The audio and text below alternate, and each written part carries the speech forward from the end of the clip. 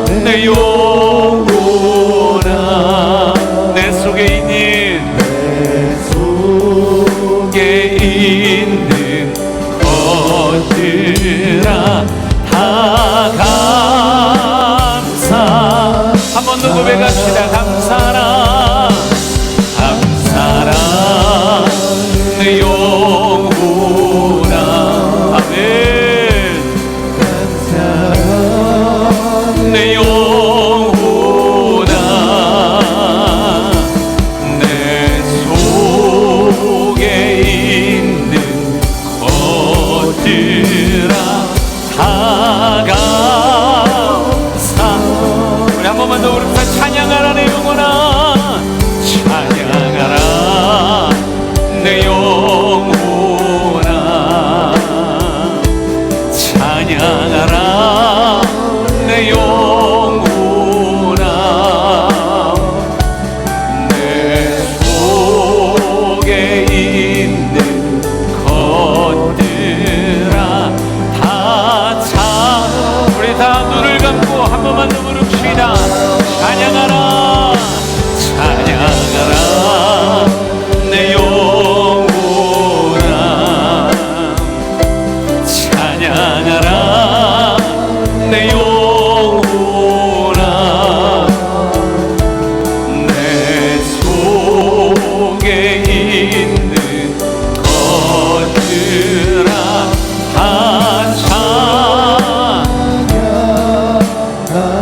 우리 이 예배를 통해 하나님의 은혜를 경험하길 원하는 우리 그 마음을 담아서 하나님 앞에 통성으로 기도합시다. 주여 한번 부르짖고 같이 기도합니다. 주여 하나님 예배를 통해 하나님을 만나기를 원합니다. 예배를 통해 하나님을 경험하기를 원합니다. 내 몸이 내 마음이 하나님 앞에 온전히 쏟아지기를 원합니다. 찬양하기를 원합니다. 기도하기를 원합니다. 주의 말씀 앞에 서기를 원합니다. 하나님 이곳을 장악하시옵소서. 이곳을 장악하시옵소서. 오 하나님 주님을 환영합니다. 주님을 초대합니다.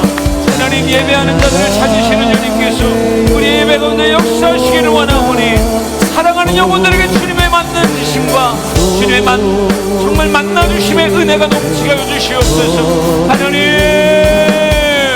예배하기를 원합니다. 예배하기를 원합니다. 찬양하기를 원합니다. 기도하기를 원합니다. 감사하며 주 앞에 말씀 앞에 서기를 원합니다. 하나님 더 기도합시다. 마음을 담아 기도합시다. 하나님이 역사하십니다. 하나님 우리를 만나주시옵소서. 우리의 몸을 만져주시옵소서. 우리의 마음을 만져주시옵소서. 우리의 인생을 만져주시옵소서. 우리의 가정을 만져주시옵소서. 우리의 생업을 만져주시옵소서. 우리의 기도에 와닿아 주시옵소서. 하나님 빛으로 눌러주세요. 마음의 온기로 채워주세요. 하나님의 능력으로 하나님의 권세로 주 앞에 나가길 원하오니 하나님 주님을 만나기를 원합니다. 주님을 경험하기를 원합니다. 하나님의 복으로 더 채우시옵소서. 하나님 더 채우시옵소서.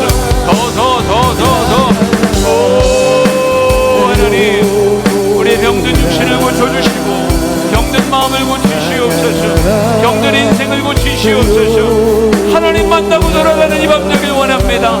내 모든 마음이 주께 쏟아지고 하나님이 치유하고 회복하는 시간 되길 원합니다. 하나님이여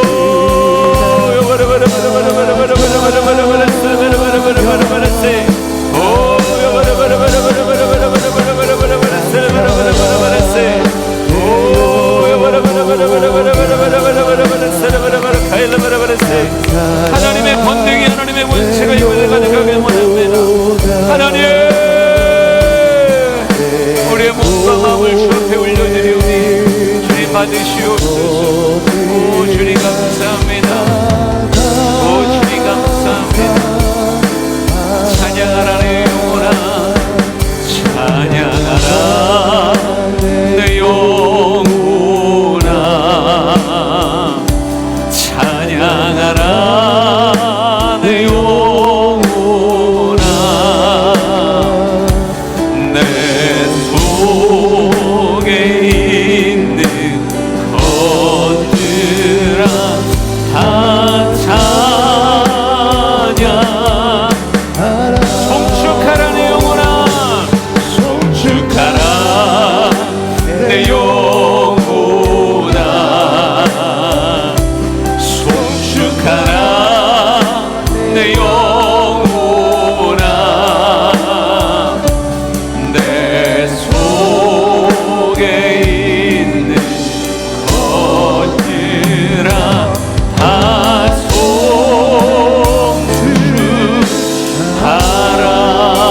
송축하라. 하나님 예배를 통해 주님 만나기를 원합니다. 찬양 말씀 기도 가운데 주님을 만나게 하소서. 주님의 온기가 느껴지게 하옵소서. 주님의 빛이 느껴지게 하옵소서. 우리를 사랑하심이 가슴 안에 담기게 하옵소서. 세상의 시름이 다 녹아지게 하여 주시고 오직 주님이 선물하시는 빛들의 선물이 우리 안에 가득하게 하옵소서. 우리 모든 성도들을 주님의 손에 올려드리며 예수님의 이름으로 축복하며 기도하옵나이다. 아멘. 우리 하나님 앞에 영광의 박수 올려드립시다. 우리 끊임없이 훈련하자고요. 끊임없이 훈련해서 마음의 게이지가 한 3도는 올라간 거 같잖아요. 아니면 다시 할 거예요. 어차피 오늘 설교 준비에 자신이 없기 때문에. 예전에 전도사 시절에 정말 그랬던 적이 있어요. 주일은 다가오는데 설교 준비를 진짜 못 하겠는 거예요. 뭐 책을 뺏겨봐도 안 되고 뭘 해도 안 되고 너무너무 힘들었어요. 그래서 찬양 한 5곡 가지고 가서 설교 시간 내내 찬송 부르고 기도 그랬던 적이 있는데 오히려 사람들이 은혜를 받더라고요. 그래서 어줍지 않은 설교하느니 찬양이 낫구나 이런 생각도 했는데 오늘 여러분에게 스가랴의 말씀을 전하려고 합니다. 우리가 지난번에 학계 말씀들을 쭉 나눴었고 오늘은 스가랴의 이야기를 나누길 원하는데요. 표를 하나 보여드릴게요. 선지자들이 활동했던 시기를 나타내는 그런 표입니다. 구약의 선지자들이 분열왕국 시대, 그러니까 바벨론 포로 이전에 분열왕국 시대에 일했던 사람들이 뭐 북이스라엘 남유다의 오바댜, 요엘, 요나, 아모스, 호세아, 미가, 이사야 이들이 분열왕국 시대, 그러니까 북이스라엘 남유다 시절에 일했던 사람들이고요. 그 밑에 나훔, 스바냐, 예레미야, 하박국 남왕국 존속 시대. 어디가 더 먼저 멸망했어요? 북왕국이에요? 남왕국이에요? 북이스라엘이 먼저 멸망했죠. 그러니까 북이스라엘이 아수르에 멸망했고 남유다가 바벨론에게 멸망하게 되는데, 그러니까 북이스라엘이 멸망하고 난 이후에 활동했던 사람들이 나훔, 스바냐, 예레미야, 하박국. 우리가 예레미야를 열심히 새벽마다 힘들게 묵상하고 계신데, 남왕국 이제 조금 있으면 망할 수 있는 뭐 이런 게 있죠. 그리고 바벨론 포로 시기라고 얘기하죠. 바벨론 포로 시기에 다니엘, 에스겔, 예레미야, 에가 이렇게 써 있어요. 네, 바벨론 포로에서 귀환합니다. 누구의 명령으로요? 고레스, 페르시아의 고레스의 명으로 포로 귀환을 하게 되죠. 그때 활동했던 사람이 학개, 스가랴, 말라기예요. 네, 학개와 말라기 사이에 굉장히 긴 시간 활동했던 선지자가 스가랴라고 하는 선지자입니다. 대략 한 70년 정도 사역했던 그런 사람인데, 이 스가랴서는 묵시문학으로 알려져 있어요. 그래서 굉장히 많은 환상들이 나오고 쭉 다니엘 후반 볼 때 힘들고 계시록 볼 때 힘들고 막 그러잖아요. 그러니까 이 성경은 힘든 듯 안 힘든 듯 새로운 듯 뭐 모르겠다 뭐 이런 성경이 스가랴서입니다. 근데 이 스가랴의 이야기를 고민을 했는데 그냥 한번 이때가 아니면 또 언제 같이 나눠볼까 하는 그런 말씀으로 같이 나누려고 해요. 부탁하기는 여러분이 성경을 같이 읽으면서 한번 묵상해보고 그리고 말씀을 같이 수금을 통해 나눌 수 있으면 좋겠다 생각합니다. 우리 스가랴 1장 1절 말씀이에요. 스가랴 1장 1절 같이 읽습니다. 시작. 다리오 왕 제2년 8째 달에 여호와의 말씀이 이또의 손자 베레가의 아들 선지자 스가랴에게 임하니라 이르시되. 아멘. 다리오 왕 제2년 8째 달에 여호와의 말씀이 누구에게 임해요? 스가랴에게 임하니라 라고 이렇게 말해요. 하나님의 말씀이 임했기에 스가랴라고 하는 사람이 역사에 등장하기 시작하고 입을 열어 다양한 하나님의 말씀들, 그에게 알려주셨고 보여주셨던 선견자로서 본 것들을, 선지자로서 알게 된 것들을 그들에게 쏟아놓기 시작합니다. 그래서 어찌 보면 포로 귀한 이후의 선지서로는 가장 두꺼운 성경이 이 스가랴서라고 이렇게 말할 수 있어요. 그런데 특별히 시기를 특정하고 있어요. 다리오 왕 제2년 8째 달 이렇게 말합니다. 물론 별로 관심이 없겠지만 이때 특별한 일이 있습니다. 어떤 일이 있냐면요. 다리오 왕 2년이라고 말하면 뭐가 다시 시작됐냐면 성전 건축이 다시 시작된 그때가 다리오 왕 2년이에요. 누가 먼저 활동했을까요? 스가랴 앞에 있는 사람이 누구예요? 학개 선지자가 너희들은 산에 올라 나무를 베고 무엇해라? 여호와의 성전 건축해라.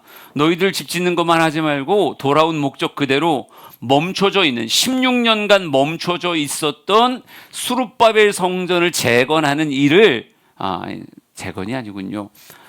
물론 무너졌다 진 거니까 하여간 멈추어진 성전 준공을 다시 힘내서 시작하라. 이 말씀이 학개 선지자를 통해서 선포되어졌죠. 근데 학개가 선포했을 때를 학개서엔 실제로 그 날을 기록하고 있습니다. 제가 그냥 읽어드릴게요. 학개 1장 14절 15절 보면 그들이 하나님의 전 공사를 하였으니 그때는 다리오 왕 제2년 여섯째 달 24일이었더라 이렇게 써 있어요. 학개는 6월 24일에 시작했다라고 딱 써 있는데 오늘 스가랴에겐 몇 월의 말씀이 임해요? 다리오 왕 2년 8월에 임해요. 그러니까 한 달 반, 두 달 열심히 다시 16년간이나 멈추었던 제2성전을 짓는 일을 아주 열심히 하고 있는 그들에게 하나님은 스가랴를 통해 말씀을 그들에게 전하고 계시는 거예요.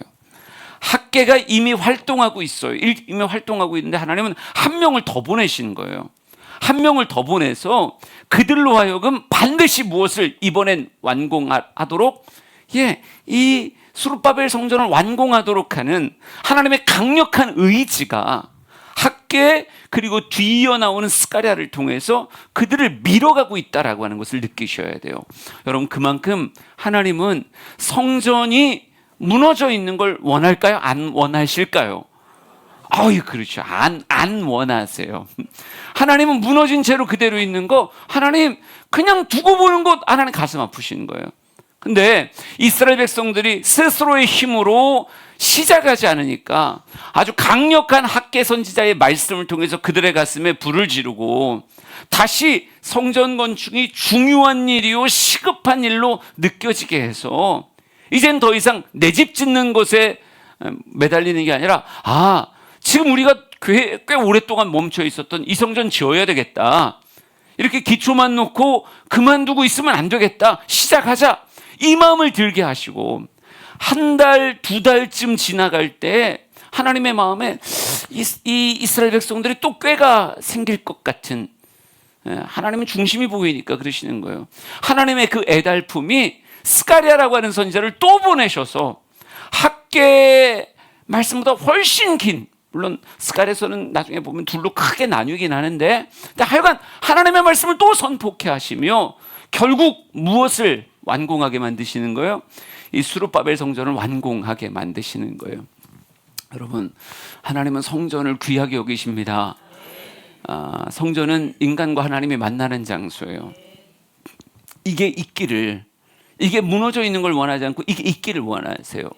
우리가 새 성전을 짓고 있지만 건물 짓는 것과 똑같이 우리 모든 주양의 성도들의 신앙의 성전이 가슴 안에 있는 신앙의 성전이 튼튼하게 준공되어 있기를 원합니다. 우리가 예배마다 하나님을 경험하길 원합니다. 기도가 안 되는 사람이 한 명도 없었으면 좋겠어요. 말씀이 안 들리는 사람이 한 명도 없었으면 좋겠습니다. 여러분의 찬양이 막히지 않기를 축복합니다. 그러니까 찬양할 때마다 하나님과 연결되고 기도할 때마다 하나님과 연결되고 말씀이 내게 주시는 말씀 막 들려지는 우리의 신앙의 성전이 무너져 있는 사람이 단 한 명도 없었으면 좋겠어요. 혹여나 말씀을 보는데도 감동이 없고 기도하는데도 아주 무덤덤하고 찬양 부르고 싶지도 않고 그게 뭐예요? 어찌 보면 멈춰 있는 이스라엘 백성들의 그 신앙의 성전의 모습과 다를 게 하나도 없겠죠. 하나님은 그걸 용납하지 않으시고 무엇하는 거예요? 말씀의 사역자들을 계속 보내시며 우리의 찬양이 기도가 말씀이 든든하게 세워져서 하나님과 나와의 만남의 처소가 되기를 주님은 원하시는 거예요. 새 성전 공사 열심히 하듯 우리 마음의 성전을 개보수하고 다시 튼튼하게 세워내는 역할을 우리 모두가 하기를 원합니다. 그래요. 근데 주님께서 그들에게 이 성전, 하나님과 우리가 만나는 성전 건축이 참 중요하다. 이 성전을 통해서 우리의 신앙이 회복될 수 있다라고 하는 것을 강조하시면서 오늘 말씀을 시작하는데, 오늘 말씀은 어찌 보면 그들에게 하나님의 말씀대로 가야 된다. 너희들이 원하고 너희들이 생각하는 방향으로 인생을 끌어가면 안 되고 지금 하나님이 말씀하시는 대로 가야 된다라고 하는 걸 설득하듯 스가랴서가 쭉 시작되어집니다. 근데 말씀 보면서 그런 생각을 했어요. 우리 스가랴 1장 2절 말씀 한번 봅시다. 스가랴 1장 2절이요. 시작. 여호와가 너희의 조상들에게 심히 진노하였느니라. 갑자기 조상들 이야기가 나옵니다. 여호와가 너희 조상들에게 심히 진노하였느니라 이렇게 말해요. 하나님은 그들의 삶을 온전하게 하기 위해서 학개 선지자를, 스가랴 선지자를 세워서 그들에게 말씀을 전해요. 말씀을 전하면서 이 말씀 때문에 뭐가 되기를 원하는 거예요? 우선순위가 바뀌기를 원하는 거고, 지금 조금 더 힘과 능력을 집어넣어서 성전을 건축하길 원하는데, 이제 말씀이 선포되어지는 그 상황에 주님은 갑자기 너희 조상들이라고 말하며 내가 그들 때문에 그들에게 심히 진노하였었다라고 하는 말을 합니다. 왜 그러냐면 스가랴 1장 4절 말씀 보세요. 1장 4절, 그 조상들이 어떤 행동을 했었는지, 하나님의 말씀이 선포될 때 어떻게 했었는가 한번 읽어봅시다. 시작. 너희 조상들을 본받지 말라. 옛적 선지자들이 그들에게 외쳐 이르되 만군의 여호와께서 이같이 말씀하시기를 너희가 악한 길 악한 행위를 떠나서 돌아오라 하셨다 하나 그들이 듣지 아니하고 내게 귀를 기울이지 아니하였느니라. 여호와의 말이니라. 아멘. 네. 여러분, 제가 요즘요 어떻게 집회를 하다 보면 낯선 사람을 만날 때가 되게 많거든요. 근데 낯선 사람을 만날 때 드는 약간의 두려움이 있어요. 그게 뭔지 아세요? 이 사람들이 안 들으면 어떡하지? 이런 생각이에요. 설교를 하는데 이 사람들이 정말 길가같이 딱딱해서 안 들으면 어떡하지? 분명히 나는 와서 참 소중한 내 영혼의 오병이어를 나누며 충분히 그들을 배부르게 할 수 있다라고 확신하며 이 말씀을 전하는데 이들이 안 들어주면 어떨까라고 하는 그런 불안감이 있어요. 장년들은 덜한데 청년, 청소년들을 만날 땐 그 두려움이 매우 심해요. 매우 심해요. 예? 요즘 아이들이 말씀에 대해서 관심이 아주 적다 보니까 찬양할 때 열정을 쏟고 말씀 들을 때 땅바닥을 쳐다봐요. 그리고 막 다리도 꼬고요. 팔짱도 꼬고 설교를 들으려고를 안 해요. 그러니까 딱 서서 회중들을 딱 바라봤을 때 마음 안에 덜컥 다가오는 게 내가 정말 열심히 이야기해도 하나도 듣지 않으면 어떡하지? 하나님이 나를 이곳에 보냈을 땐 그들에게 이 말씀을 전하여 듣게 하라고, 그래야 이들이 산다고 그 마음 가지고 나를 보내셨는데 난 그 마음 가지고 씨를 뿌릴 거고 말씀을 전할 거거든요. 근데 마음 한켠에 뭐가 있냐면 안 들을 것 같은 두려움, 말씀을 다 튕겨낼 것 같은 그런 두려움. 근데 그런 두려움은 왜 생겼을까요? 그렇죠. 경험으로 생긴 거예요. 경험으로. 처음부터 그렇게 쫄지 않았습니다. 처음엔 쫄지 않았는데 가서 해보니까 생각보다 안 듣는 사람들이 있는 거예요. 난 분명히 이 정도면 들어야 된다고 생각하는데 안 듣고 버티고 정말 딴 데 쳐다보고 핸드폰 쳐다보고 뭐 이러는 친구들이 있는 거예요. 심지어 제가 이제는 채플 설교를 가지 않습니다. 오라고 아무리 사정해도 안 간다고 그래요. 신대면 좀 가줄까? 뭐 이런 생각인데 일반대 채플은 안 가요. 안 가니까 목사님 같은 분이 오셔야 그나마 듣지 않으십니까? 그 말도 이해가 되긴 하는데 그래도 가고 싶지 않아요. 왜 그러냐면 이게 그냥 타대 채플을 가면 설교 시작 하면 이어폰을 꽂는 애들이 있어요. 요즘 노이즈 캔슬링 잘 되는 거 아시죠? 아무리 스피커가 좋아도 노이즈 캔슬링을 이길 수가 없어요. 근데 아이들이 시작 이렇게 껴버려요. 그러면 우린 같은 공간 안에 있지만 저는 붕어인 거예요. 말을 막 그냥 아무것도 들리지 않는 거예요. 이런 거절감이 설교자로 하여금 말씀을 전하면서 두려움을 갖게 해요. 아, 이들이 안 들으면 어떻게 할까? 그러니까 자꾸 뭐가 생기기 시작하냐면 처음에 사람들로 듣게 하기 위한 그런 빌드업의 과정이, 아, 이게 듣는 게 진짜 중요하다. 하나님의 말씀이 떨어지면 어떤 건 길가에 떨어져서 새들이 집어먹고 아무 흔적도 안 나는 이런 모습도 있지만, 말씀을 제대로만 받아내면 100배, 60배, 30배의 귀한 결실을 맺나니 제발 하나님의 말씀이 당신의 삶에서 100배 열매를 맺기를 원한다. 막 그렇게 하고 막, 그러니까 온갖 말로 무엇하는 거예요? 사람들을 꼬시는 거죠. 들어라. 안 들으면 너만 손해다. 너의 인생 망하는 거다. 내 인생 망하는 게 아니라 네 인생이 망하는 거다. 이건 100배짜리다. 막 이러면서 막 하는 거죠. 근데 난 그랬던 내 모습이 오늘 본문 안에 있다라는 생각이 들었어요. 오늘 본문 안에서 하나님이 학개를 보내시고 또 하나님의 애달품이 스가랴를 보내면서도 스가랴의 말을 선포케 하고, 스가랴는 특별히 수많은 환상들을 담아주셨단 말이에요. 환상들을 담아주셔서 선포하기 전에 이들이 안 들을까봐, 귀를 막고 있을까봐, 하나님의 말씀이 떨어지는데 그 말씀에 아니 난 잘 모르겠는데 너무 쉽게 귀를 막고 이해하려 하지 않고 묵상하려 하지 않은 마음이 있을까봐 주님은 그들에게 너희들의 할아버지를 기억해라. 너희들의 할머니를 기억해라. 너희들의 조상들이 처참하게 나라가 망해 성전 다 무너지고 성벽 다 회파되고 줄줄이 굴비같이 엮여서 저 먼 바벨론까지 포로로 끌려가서 살았던 그 세월들을 기억해라. 70년간 바벨론 포로의 생활을 했던 진짜 이유가 무엇인 줄 아느냐? 그 얘기를 조상들의 이야기에 담아서 이야기하고 있어요. 조상들이 무엇했다?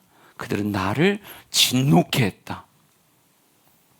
근데 그 진노의 진짜 핵심이 뭔가 봤더니 하나님 앞에 제물 안 드렸던 걸까요? 아니에요. 그들의 집이 초라했기 때문일까요? 교육을 제대로 받지 못해서 하나님이 진노하셨을까요? 화장을 잘못하고 옷을 잘못 입었던 걸까요? 아니요. 딱 하나. 하나님이 끊임없이 그들에게 무엇했는데 말씀을 보내시고 또 보내시고 또 보내셨는데 너희들이 무엇하지 않았다? 너희 조상들이 악한 길, 악한 행위 떠나 돌아오라고 그렇게 외쳤는데 듣지 않더라. 내게 귀를 기울이지 않더라. 그래서 그렇게 됐으니 너희는 너희 조상들을 본받지 말아라 라고 하면서 오늘 말씀이 시작되더라고요. 저는 우리 주양의 성도들이 설교 시간에 귀를 막는 사람이 단 한 명도 없었으면 좋겠어요. 이런 스가랴 같은 말씀을 전할 때는요, 특별히 어찌 보면 성경 공부같이 말씀이 전해져요. 그냥 아주 소프트한, 그냥 되게 편안한 말씀이 아니라 치열하게 생각해야 되고, 때로는 이게 너무 딱딱한데? 이런 말씀이 여러분에게 주어진다고요. 여러분, 그래도 이 말씀이 성경에 있는 건 영혼의 양식이 되기 때문입니다. 좀 딱딱해도요, 자꾸 씹으면 그 안에서 뭐가 나오니까요? 내 영혼을 건강케 할 수 있는 하나님의 말씀이 내게 흘러나오기 때문에 우선은 스가랴의 말씀을 시작하면서 여러분에게 정말 하나님의 말씀이 들리는 그런 모습을 가지고 있는가라고 하는 걸 스스로 점검하셨으면 좋겠어요. 하나님 왜 이렇게 말씀하시는가? 이미 이스라엘 백성들의 역사를 통해 그들이 하나님의 말씀을 얼마나 쉽게 배척했는가 하는 것이 주님의 마음에 상처로 담겨져 있기 때문인 것 같아요. 여러분, 수많은 성도들이 하나님의 기대를 무너뜨리는데, 특별히 우리가 예레미야 말씀을 새벽에 많이 묵상하니까 예레미야 말씀을 좀 몇 개를 보여드릴게요. 예레미야 2장 11절에서 13절까지 한번 읽어볼까요? 같이 읽습니다. 시작. 어느 나라가 그들의 신들을 신 아닌 것과 바꾼 일이 있느냐? 그러나 나의 백성은 그의 영광을 무익한 것과 바꾸었도다. 너 하늘아, 이 일로 말미암아 놀랄지어다. 심히 떨지어다. 두려워할지어다. 여호와의 말씀이니라. 내 백성이 두 가지 악을 행하였나니 곧 그들이 생수의 근원되는 나를 버린 것과 스스로 웅덩이를 판 것인데 그것은 그 물을 가두지 못할 터진 웅덩이들이니라. 아멘. 지금은 포로로 잡혀가기 전 잔존 유다 시대에 예레미야 선지자가 하는 말이에요. 예레미야 선지자. 그러니까 오늘 성경이 말하는 너희 조상들 본받지 말라라고 얘기했을 때 그 조상들의 행동이 어떠했는지를 잠깐 말씀을 드리려고 하는 거예요. 근데 조상들의 행동에 대해서 성경은 이렇게 표현했습니다. 예레미야 선지자는요, 어느 나라가 그들의 신들을 신 아닌 것과 바꾼 일이 있었느냐? 근데 참 희한하게 내 백성은 그의 영광을 무익한 것과 바꿨다. 하나님을 무익한 것과 바꿔버렸다는 거예요. 그러면서 이렇게 말합니다. 너 하늘아, 이 일로 말미암아 놀랄지어다. 심히 떨지어다. 두려워할지어다. 하늘이 부들부들 떨 만한 엄청난 일이에요. 참신을 헛된 것, 무익한 것들과 바꿔버리는 것. 신앙을 세상 것과 바꿔버리는 건요, 참 어리석은 일. 하늘이 부들부들 떨고 두려워하고 놀랄 만한 일이 하나님을 다른 것과 바꿔버리는 거예요. 근데 이스라엘 백성들이 나라 망하기 직전에 어떤 모습이 있었느냐? 하나님을 무엇과 바꿔요? 엉뚱한 세상 것과 바꿔버리는데 주님이 느낄 땐 이런 모습이었어요. 성경 말씀 봐보세요. 13절 다시 한번 읽어보세요. 13절만 읽어볼까요? 시작. 내 백성이 두 가지 악을 행하였나니 곧 그들이 생수의 근원되는 나를 버린 것과 스스로 웅덩이를 판 것인데 그것은 그 문을 가두리 못할 터진 웅덩이들이니라. 아멘. 명백하게 하나님 앞에 악이었던 게 뭐냐면요, 생수의 근원이 되는, 그러니까 계속 솟아나서 그들을 죽일 수 있는 모든 복의 근원인 하나님을, 생수의 근원을 버리더니 뭘 팠다고요? 물을 가두지 못할 터진 웅덩이를 파더라는 거예요. 순간은 물이 있는 것 같지만 그 물은 간직되지 않은 채 다 흩어져 버려서 곧 바닥을 드러낼 그 터진 웅덩이와 생수의 근원을 바꾸는 어처구니 없는 일을 누가 행하더라? 선민이라고 하는 이스라엘 백성들이 행하더라는 거예요. 여러분, 이게 이스라엘 백성들의 실제 모습이었습니다. 여러분, 성경을 하나 더 볼게요. 예레미야 7장 2절 그리고 17절 18절 말씀 한번 봐보세요. 같이 읽습니다. 시작. 너는 여호와의 진문에 서서 이 말을 선포하여 이르기를 여호와께 예배하러 이 문으로 들어가는 유다 사람들아, 여호와의 말씀을 들으라. 너는 그들이 유다 성읍들과 예루살렘 거리에서 행하는 일을 보지 못하느냐? 자식들은 나무를 줍고 아버지들은 불을 피우며 부녀들은 가루를 반죽하여 하늘의 여왕을 위하여 과자를 만들며 그들이 또 다른 신들에게 전제를 부음으로 나의 노를 일으키느니라. 아멘. 예배하러 주님 앞에 나오는 것 같은 사람들에게 말씀을 선포하라 그래요. 그들을 칭찬하는 얘기가 아니라 정반대 이야기를 합니다. 이들은 예배하는 척하면서 실제 삶에서는 무엇 한다는 거예요? 나무를 줍고 불을 피우고 가루를 반죽해서 하늘의 여왕을 위하여 과자를 만들고 다른 신들을 위해서 그들의 포도주를 붓는 전제의식을 행하더라는 거예요. 그러니까 하나님 앞엔 마음 없이 예배하고 진짜 그들의 정성과 수고를 모아가지고 세상의 신들 앞에 붙는 어처구니 없는 일들을 누가 행하더라? 이스라엘 백성들이 행하더라는 거예요. 여러분, 그들의 조상들이 쫄딱 망한 그들의 조상들이 뭐 했는가 봤더니요, 하나님과 세상을 바꿔버려요. 생수의 근원 되신 하나님을 버리고 터진 웅덩이인 세상에 과자를 만들어 바치고 포도를 부어서 전제로 바치더라는 거예요. 여러분, 이런 일이 벌어지면 하나님 어떻게 하실까요? 당연히 진노하시죠. 근데 하나님의 참 놀라움이요, 이 진노가 곧바로 심판으로 가는 게 아니라 네가 감히 딴 여자를 위해서 과자를 만들어 매우 쳐라 이렇게 하지 않고 네가 감히 포도주를 거기다 부어 매우 쳐라. 발견 족족 매우 쳐라. 아니, 매우 쳐라 하기 전에 여러분, 이런 상황 앞에 주님은 늘 무엇 하셨냐면요, 늘 하나님의 말씀을 보내요. 무엇하게 하는? 그들의 지금의 모습을 책망하고 그들을 바르게 하기 위한 하나님의 선지자를 끊임없이 그들에게 보낸다고요. 이게 하나님의 일하심의 패턴이에요. 여러분의 삶도 마찬가지예요. 여러분이 하나님께 진노를 살 만한 어떤 행동을 할 수 있습니다. 저는 오늘도 큐티하면서 하나님, 도대체 내가 뭘 잘못하고 있을까요? 하나님, 뭐가 그렇게 기분이 나쁘실까요? 어제도 기분이 나쁘시더니 그 전날도 기분이 안 좋으셨는데 하나님, 왜 이렇게 맨날 기분이 안 좋으세요? 내가 도대체 뭘 잘못했을까요, 하나님? 근데 우리는 내가 잠깐 망각하면 얼마든지 하나님이 진노하실 만한 일을 우리의 삶에 벌일 수 있어요. 묵상하지 않으면, 삶을 철저히 살피지 않으면 직장에서도 가정에서도 학교에서도 친구 만나면서 하나님 보시기에 어이없는 일을 행할 수 있단 말이에요. 근데 그런 일을 행하면 우리 하나님은 패턴이에요, 패턴. 내가 그런 일을 행하면 하나님의 마음에 끓어오르는 진노가 당장 심판으로 쏟아지지 않고 심판 전에 반드시 무엇 하세요? 내 인생을 돌이키기 위한 하나님의 말씀을 내 인생에 먼저 보내세요. 이게 일하심의 패턴이에요. 그러니까 여러분도 마찬가지예요. 여러분의 인생에 하나님의 진노를 살 만한 일이 있으면 하나님은 때리기 전에 무엇 하신다고요?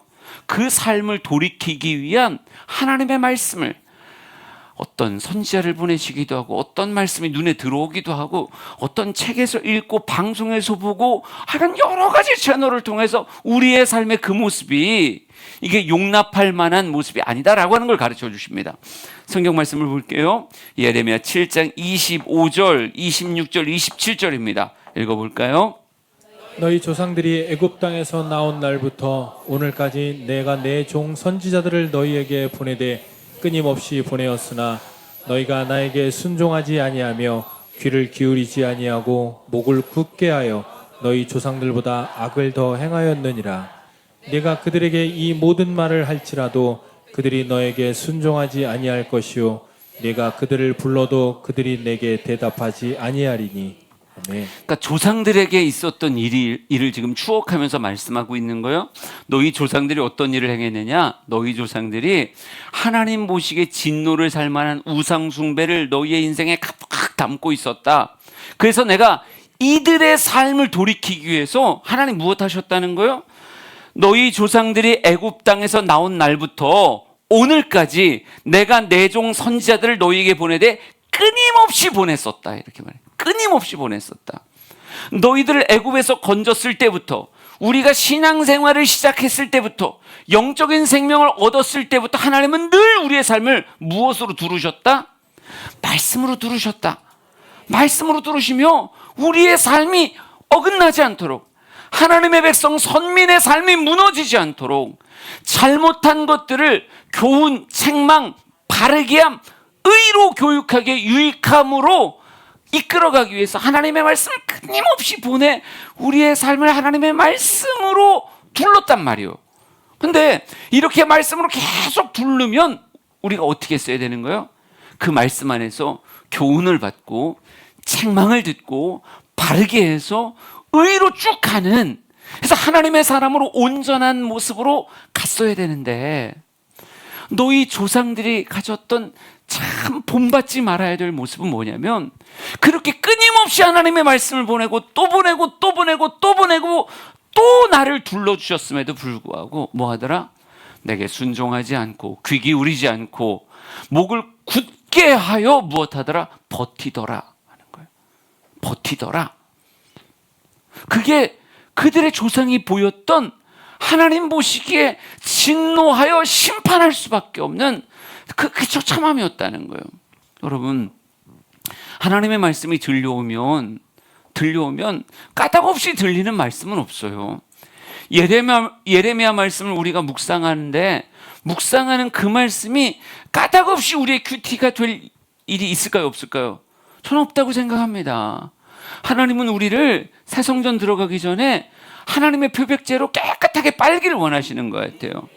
그러니까 여러분의 머리부터 발끝까지 하나님이 사용하실 만한 정결함이 되도록 정말 그 세상의 그 어떤 걸로 희게할 수 없을 만큼 희어진 모습으로 우리의 삶을 깨끗하게 하기 위해서 뜻없이 그 말씀을 읽게 하는 게 아니라, 뜻없이 묵상케 하는 게 아니라, 이걸 통해서라도 계속 내 삶을 추적하며 더러움을 또 하나 제거하는 이런 모습으로 무엇하길 원하시는 거예요?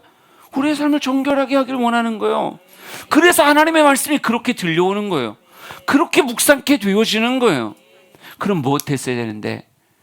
그것 앞에 내 삶을 내어드리는 순종, 하나님의 말씀에 귀를 기울여 잘 듣는 그런 순종, 그러며 하나님 앞에 참 겸손함으로 나아가는 모습이 있었어야 되는데, 너희들의 망한 조상들은 다 무엇했다는 거예요? 그렇게 열심히 보냈던, 아까 여러분에게 표로 보여드렸던 그런 대표적인 선지자들, 그들을 계속 보내며 또 말씀하고 또 말씀하고 또 말씀했는데 무엇하지 않더라? 순종하지 않더라. 귀를 기울이지 않더라. 아주 목이 뻣뻣하게 굳게 해서 말씀 따라가지 않더라. 이렇게 말하고 있어요. 그러니까 주님은 포로 귀한 시대를 열어가야 된 그들이 누구의 모습을 담지 않았으면 좋겠는 거예요? 그들의 조상의 모습을 담지 않았으면 좋겠는 거예요. 여러분, 하나님은 말씀하시고 또 말씀하시는데 듣지 않으니까 오늘 스가랴 1장 4절을 다시 읽어볼게요. 스가랴 1장 4절, 이것도 한번 읽어보자. 시작. 너희 조상들을 본받지 말라. 옛적 선지자들이 그들에게 외쳐 이르되 만군의 여호와께서 이같이 말씀하시기를 너희가 악한 길 악한 행위를 떠나서 돌아오라 하셨다 하나 그들이 듣지 아니하고 내게 귀를 기울이지 아니하였느니라. 여호와의 말이니라. 말씀 보면서 그런 생각했어요. 예레미야도 가서 뭐라 그랬냐면, 너희 조상들이 애굽에서 나온 날부터, 그러니까 예레미야 시절에도 누구를 들어서 가르쳤어요? 조상들을 들어서 가르쳤었어요. 근데 스가랴 때도 똑같아요. 너희 조상들을 본받지 말라라고 말하며 너희의 조상들이, 그러니까 예레미야 시절에 그들의 조상들의 삶을 들어서 그들을 책망했음에도 불구하고 그들은 자기 할아버지들의 이야기를, 자기 할머니들의 이야기를 무엇으로 받지 못했어요? 내 삶의 경계로 받지 못했어요. 왜? 목이 굳으니까요. 순종하지 않는 아주 딱딱한 그들의 마음이 말씀을 다 덧없이 다 날려버렸던 거예요. 그리고 결국 무엇한 거예요? 그 조상들과 똑같이 출애굽했으나 광야에서 사그러들어 버렸던 수많은 불순종의 사람들 같이 그들 역시 세웠던 유다라고 하는 나라를 멸망시키고 성전 무너지고 죄다 포로로 끌려갔던 거예요. 무엇을 교훈 삼지 못했기에? 그들의 조상들의 그 모습을 타산지석으로 삼지 못했기에, 반면교사 삼지 못했기에 그들의 삶이 조상들이 그렇게 망했대 똑같이 망했단 말이에요. 그러니까 주님은 지금 스가랴를 통해서 다시 한번 얘기하는 거예요. 너희 조상들을 본받지 말라. 너희의 인생이 광에서 망한 것 같이, 북이스라엘 망한 것 같이, 남유다가 망해서 너희들 포로로 다 끌려간 것 같이 그 일이 또 한 번 너희의 삶에 생기기를 원하지 아니하셔서 뭐라고 얘기하는 거예요? 너희 조상들 같이 하지 마라. 너희 조상들은 이게 악한 길이다, 이게 악한 행위다, 돌이켜 돌아와라 라고 말하는데 그걸 안 듣고 망하더라. 너희들은 그러지 말아라. 주님께서 말씀하시는 거죠. 근데 여러분, 이렇게도 말을 안 들으면 어떻게 될까요? 어떻게 되나 봅시다. 스가랴 1장 6절 말씀입니다. 스가랴 1장 6절 같이 읽어봅니다. 시작. 내가 나의 종 선지자들에게 명령한 내 말과 내 법도들이 어찌 너희 조상들에게 임하지 아니하였느냐. 그러므로 그들이 돌이켜 이르기를 만군의 여호와께서 우리 길대로 우리 행위대로 우리에게 행하시려고 뜻하신 것을 우리에게 행하셨도다 하였느니라. 그러니까 말씀을 잘 보세요. 내가 나의 종 선지자들에게 명령한 내 말과 내 법도들이 어찌 너희 조상들에게 임하지 아니하였느냐. 그러니까 하나님은 선지자들을 계속 보냈다 그랬잖아요. 끊임없이 보내서 하나님의 법, 하나님의 율례들을 그들에게 계속 들려주셨어요. 들려주셨는데 그들은 뭐라고 생각하는 거예요? 설마 내 인생에 그런 일이 벌어지랴. 설마 하나님이 나를 치시랴. 설마 내 인생이 망하랴. 이런 생각하고 그냥 목을 굳건히 하고 그냥 버텼다가 어떻게 된 거예요? 나중에 말씀 보니까 어찌 너희 조상들에게 임하지 아니하겠느냐. 그러니까 말씀이 회개하라고 주어진 건데 회개하지 않으니 결국 그 말씀이 어떻게 돼요? 실제가 돼서 너희들 회개하지 않으면 하나님이 치시리라. 회개하지 않으면 북방에서 민족들을 일으켜 너희들을 다 쓸어버리리라. 회개하지 않으면 전쟁이 너희의 삶을 삼키리라. 온갖 무서운 말씀들이 선포됐었는데 무슨 전쟁이 일어나겠어. 말도 안 되는 소리. 우리는 이 나라 끝까지 지켜나갈 수 있어. 어쩌고 저쩌고 말하면서 결국 말씀에 버티며 인생을 살았던 거예요. 그랬더니 어떻게 돼요? 어찌 너희 조상들에게 내가 말했던 그 말씀과 그 법도가 임하지 않겠느냐? 결국은 어떻게 됩니까? 출애굽한 이스라엘 백성들이 광야에서 홀랑 망했죠. 1세대가 깡그리 망했어요. 그들이 나라를 세우고 나서 분열 왕국 시대, 그 시대를 살아가면서 왕정을 살아가면서 어떻게 됐어요? 북이스라엘 깡그리 망했고요. 남유다도 깡그리 망했어요. 스가랴 1장 6절 다시 보여주세요. 그러니까 두 절을 보고 세 번째 이렇게 있어요. 그러므로 그들이 돌이켜 이르기를 만군의 여호와께서 우리 길대로 우리 행위대로 우리에게 행하시려고 뜻하시는 것을 우리에게 행하셨도다 하셨느니라. 여러분, 그러므로 그들이 돌이켜 말하는 요거는 언제 말한 걸까요? 언제 말한 거예요? 100% 포로 잡혀가서 말하는 거예요. 그러니까 과연 하나님이 말씀하시고 그 행하시려고 하는 그게 우리의 삶에 그대로 이루어지는구나라고 하는 걸 언제 말하게 되는 거예요? 그 하나님이 망하게 하시는 일이 내 삶에 그대로 이루어지고 난 다음에 말하게 되는 거예요. 그러니까 여러분, 누군가는요 하나님의 말씀을 들었을 때 하나님이 정말 이렇게 하시겠구나 이러고 깨닫는 인생이 있는가 하면, 누군가는요 이 일이 정말 내 삶에 벌어지고 그리고 이미 내 삶이 현실이 되고 난 이후에 과연 하나님의 말씀이 그대로 이루어지는구나 라고 돌이켜 말하는 사람이 있단 말이에요. 그러니까 원래는 하나님이 돌이켜라고 하는 단어를 어디에 새기려고 말씀을 주신 거예요? 돌이켜라고 하는 단어를 어디에 새기려고? 유다 왕국에 새기려고 말씀을 주신 거죠. 예레미야 선지자를 괜히 보냈겠냐고요. 여러분의 표정이 너무 딱딱해서 설교하고 싶지가 않습니다. 조금 오늘 말씀이 제가 그랬잖아요, 딱딱하다고. 그러니까 조금 여러분이 힘을 내세요. 괜찮습니다. 근데 하나님은 원래 돌이켜를 어디다 집어넣고 싶었어요? 나라 망하기 전에 집어넣기 싶었어요. 나라 망하기 전에 그들의 삶에 돌이켜라고 하는 단어를 넣어주려고 수많은 선지자들을 끊임없이 보내서 그 말씀을 그에게 선포케 하셨다는 거예요. 근데 참 어리석은 이스라엘 백성들은 돌이켜를 어디다 갖다 심었냐면 유다 왕국에 심은 게 아니라 포로 생활 가운데 심은 거예요. 포로 생활, 다 바벨론에 끌려가 가지고 거기서 노예 생활을 1년, 10년, 20년, 30년 하면서 할머니들이 맨날 뭐라고 말하는 거예요? 아이고 말씀대로 됐네. 아이고 말씀대로 됐네. 그때 예레미야가 그렇게 망한다 그러더니 진짜 망했네. 정말 깡그리 망했네. 아유 정말 다 잡혀왔네. 이런 얘기를 할머니 할아버지들이 어디서 하더라고요? 포로로 잡혀와서 그들의 아들이 듣고 손자 손녀가 듣도록, 70년이면 손자 손녀 생기죠. 하여간 그들이 듣도록 그때 돌이켜서 과연 하나님의 말씀으로 되는구나 라고 말하더라는 거예요. 이게 누구의 모습이었어요? 조상들의 모습이었어요. 조상들은 말씀을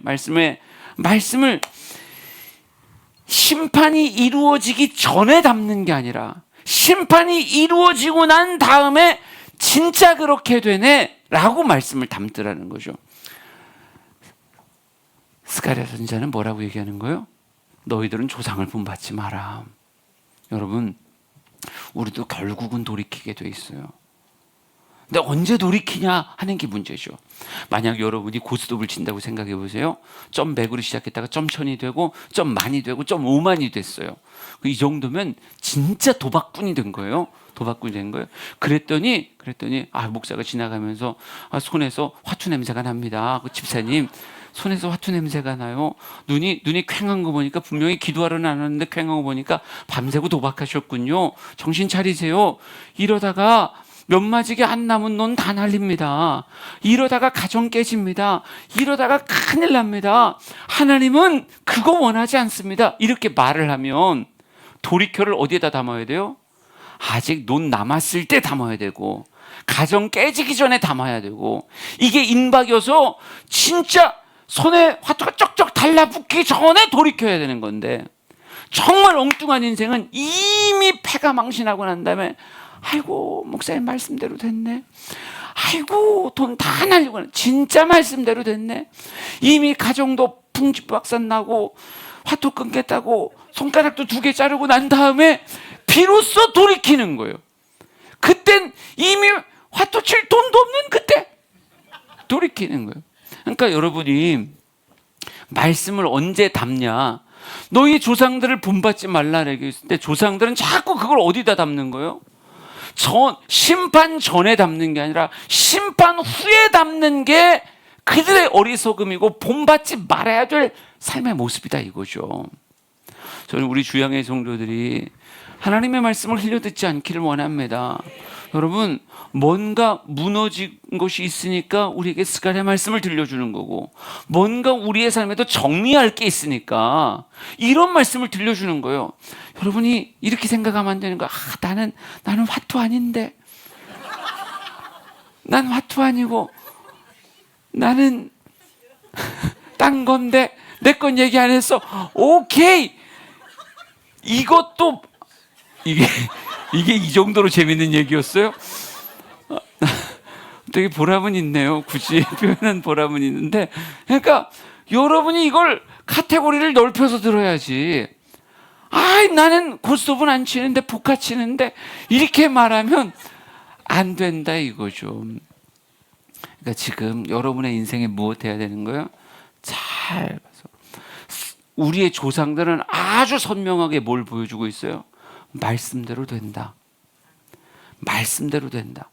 하나님의 말씀에 심판을 얘기하셨을 때 무시하면 심판을 받는구나. 하나님을 떠나 생수의 근원을 버리고 터진 웅덩이 쫓아다니다간 인생의 기갈이 온다라고 하는 것을 하나님의 말씀에 이야기하면 반드시 우리가 신앙 회복하지 않고 은혜 회복하지 않고 터진 웅덩이 쫓아다니다간 인생의 극심한 가뭄과 기갈이 온다라고 하는 걸 무엇하라고요? 오늘 말씀을 통해서 깨달으라고요. 여러분의 눈앞에 지금 보여지는 터진 웅덩이들이 사방에 있을 수 있어요. 이것과 뭘 바꾸면 안 되는 거예요? 생수의 근원을 바꾸면 안 되는 거예요. 여러분, 비트코인이 1억을 넘었답니다. 지금이라도 살까요? 여러분 사는 즉시 떨어집니다. 장담해요. 여러분이 사는 때가 고점이에요. 사지 마요. 여러분이 사면 그때부터 떨어지는 거예요. 제가 예전에 삼성 주식을 샀다가 제가 알았어요. 내가 산 때가 고점이구나. 아니, 친구가 하도 사라 그래서 돈도 없는 내가 몇 개 샀다가 이렇게 떨어지는 거구나. 예. 그래서 아직도 한참 떨어져 있어요. 언제 갈지 몰라요. 그거 나 그냥 포기했어요. 그거 얼마 안 되니까 그냥 포기했어요. 한 30년 후에 열어볼 생각이에요. 한 30년 후에는 그래도 10,000원쯤 벌지 않을까 뭐 이런 생각을 갖고 있는데, 여러분, 그리고 내가 깨달았다니까, 목사가 샀으니 떨어지지. 차라리 헌금을 할 걸. 목사가 샀으니 떨어지지. 내가 살 때쯤이니까 고점이었구나. 괜히 얘기한 것 같은 생각이 괜히 얘기한 것 같은 생각이 살짝 드는데 여러분 그러니까 지금 무엇하라는 거예요? 이스라엘 백성들의 어리석음이 돌이켜를 심판 전에다 담아야 되는데 자꾸 심판 후에다 담아서 맞아 진짜 말씀대로 됐어 이렇게 말한다는 거예요. 여러분 저는 우리 사랑하는 주양의 성도들이 뒤에 담는 게 아니라 앞에 담는 인생이 되길 원합니다. 말씀대로 이루어지는 거예요. 빛이 있으라 하니 빛이 있었던 거고 산천초목이 있으라 하시니 산천초목이 있었던 거예요. 우리의 인생을 둘러싸고 있는 모든 것은요 말씀이 선포되고 그 이후에 있었던 일들이에요. 그러니 지금도 똑같다고요. 하나님의 말씀이 선포되면 그 말씀이 이제 뭐가 되는 거예요? 내 현실이 되는 거고 나를 두른 환경이 되어지는 거예요. 그러니 어리석은 조상들은 결국 말씀대로 되고 난 심판 이후에 맞아 진짜 그렇게 돼 하나님 말씀하신 대로 돼 이게 조상들의 어리석음이라면 오늘 우리 조상들의 어리석음을 본받지 말라 하는 우리는 어떻게 되는 거예요? 진짜 역사를 볼 때 다 그렇게 됐구나. 그러니 우리는 말씀을 어디다 담아야 되겠다? 이루어지기 이전에 심판 이전에 돌이켜라고 하는 말로 받아낼 수 있는 이게 성도의 옥토 같은 모습이구나. 우리 모든 성도들이 그렇게 말씀을 받기를 간절히 소망합니다. 마지막으로 이렇게 표현할 거예요. 진짜 성경의 조상들을 보고 지혜를 얻는 우리가 되었으면 좋겠습니다. 내가 살아갈 하루를 살피고 내가 살아갈 한 달을 살피면서 인생을 살려고 하면요 여러분 내 안에 있는 이기심이 눈앞에 보여지는 환경이요 우리의 삶의 선택을 헷갈리게 만들어요. 그러니까 내가 살아갈 하루 내가 살아가는 한 달을 보고 선택하지 말고 차라리 무엇하는 거예요? 통으로 볼 수 있는 조상들의 삶을 보며 내 인생의 선택을 하는 거예요. 이게 진짜 지혜로운 겁니다. 여러분 성경에 나오는 조상들 혹은 여러분의 아버지의 삶도 좋고 할아버지의 삶도 좋고 그분들이 80년을 살았건 90년을 살았건 지금 우리가 볼 땐 뭐예요? 뒤돌아보면 한순간이에요. 뒤돌아보면 한순간이에요. 그러니까 그들의 80년이 뭘로 보여요? 그냥 하나의 모습으로 보여요. 그러니까 긴 세월을 통해 만들어진 결론들이 지금 우리의 눈에 그냥 확연하게 보인다고요. 저렇게 하니까 저렇게 됐구나. 그러니까 우리가 지혜롭다라고 말하는 건 뭐 하는 거냐면요. 내 인생의 하루를 놓고 그 변화무쌍한 하루를 놓고 과연 어떻게 될까? 이걸 가지고 현명한 선택할 수 있는 사람이 없어요. 과거를 통해 현재의 지혜를 배우는 거예요. 조상들을 통해 지혜를 배워 다시는 성전 무너뜨리지 않아야 되겠다. 다시는 나라 빼앗겨서는 안 되겠다. 다시는 터진 웅덩이와 생수의 근원을 바꿔서는 안 되겠다. 성경의 수많은 조상들이 그 얘기하는 거잖아요. 하나님 버리고 우상 숭배했다가 망하는 거구나. 돈 버는 것 같았죠. 잘 나가는 것 같았어요. 그러나 하나님 버리는 우상 숭배자가 솔로몬 그렇게 금수저로 태어나도 하나님이 잃어버리는 순간 인생 초라해지는구나. 우리는 무엇하는 거예요? 조상을 통해서 배우는 거예요. 다윗의 기구한 삶을 보세요. 정말 도망다니고 어쩌고 저쩌고 그래요. 그러나 생수의 근원을 가진 자는 결국은 기름 부음 받은 대로 하나님의 뜻 안에서 왕이 되고 권세자가 되고 찬란한 이름으로 남는구나. 우리는 성경의 그 이야기, 그 조상의 이야기가 내 삶에 써질 수 있다라고 하는 것을 기억하며 그들을 보며 인생의 교사로 삼는 우리 모두가 되길 원합니다. 마지막 성경 구절 읽고 끝낼 겁니다. 로마서 15장 4절입니다. 시작. 무엇이든지 전에 기록된 바는 우리의 교훈을 위하여 기록된 것이니 우리로 하여금 인내로 또는 성경의 위로로 소망을 가지게 함이니라. 아멘. 한 번 더요. 로마서 15장 4절입니다. 시작. 무엇이든지 전에 기록된 바는 우리의 교훈을 위하여 기록된 것이니 우리로 하여금 인내로 또는 성경의 위로로 소망을 가지게 함이니라. 아멘. 우리 사랑하는 모든 성도들이 그렇게 과거의 지식을 통해, 과거의 지혜를 통해 오늘의 성장을 이루어가는 우리 모두가 되길 진심으로 축복합니다. 우리 찬양하라 내 영혼아, 그 찬양 부르죠. 다시 나와요. 우리 하나님 앞에 기도할 건데, 하나님이 생수의 근원이십니다. 아멘이십니까? 하나님 놓치지 않았으면요, 여러분의 인생은 아직 실패한 것도 아니고 아직 뭐 끝난 것도 아니고 망한 것도 아니에요. 하나님 붙잡고 있으면 하나님은 얼마든지 우리의 인생을 새롭게 하실 수 있는 분이십니다. 우리 정말로 찬양하고 다시 한번 하나님 앞에 뜨겁게 기도하는 시간 됐으면 좋겠어요. 마음을 담읍시다. 아멘. 100%로 찬양하고 100%로 기도하면 하나님 만납니다. 하나님 만나면 내 인생의 문제는 초월되어지는 거예요. 해결되든 해결되지 않아도 하나님을 만나면요, 이게 작아지고 우스워져요. 이미 극복할 수 있게 된다고요.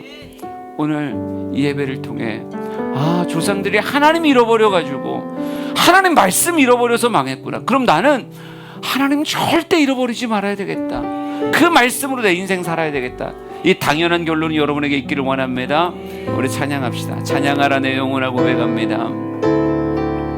고백합시다. 찬양하라, 찬양하라 내 영혼아. 크게 부릅니다. 찬양하라 내 영혼아. 내 속에 있는 것들아 다 찬양하라. 찬양하라 내 영혼아. 찬양하라 내 영혼아. 아멘. 찬양하라 내 영혼아. 내 속에 있는 것들아 다 찬양하라. 기도하라 내 영혼아. 기도하라 내 영혼아.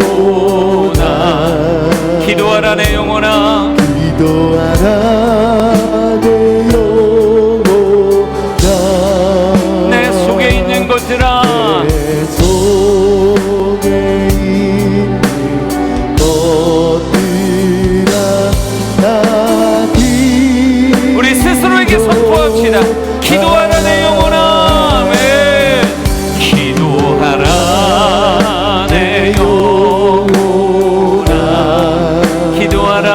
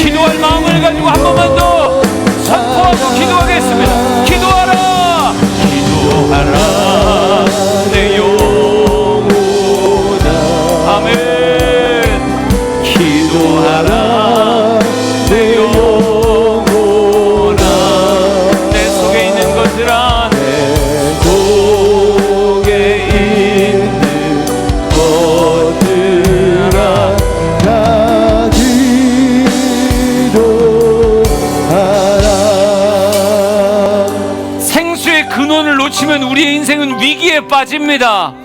하나님 잃어버리면 인생을 이길 수 없습니다.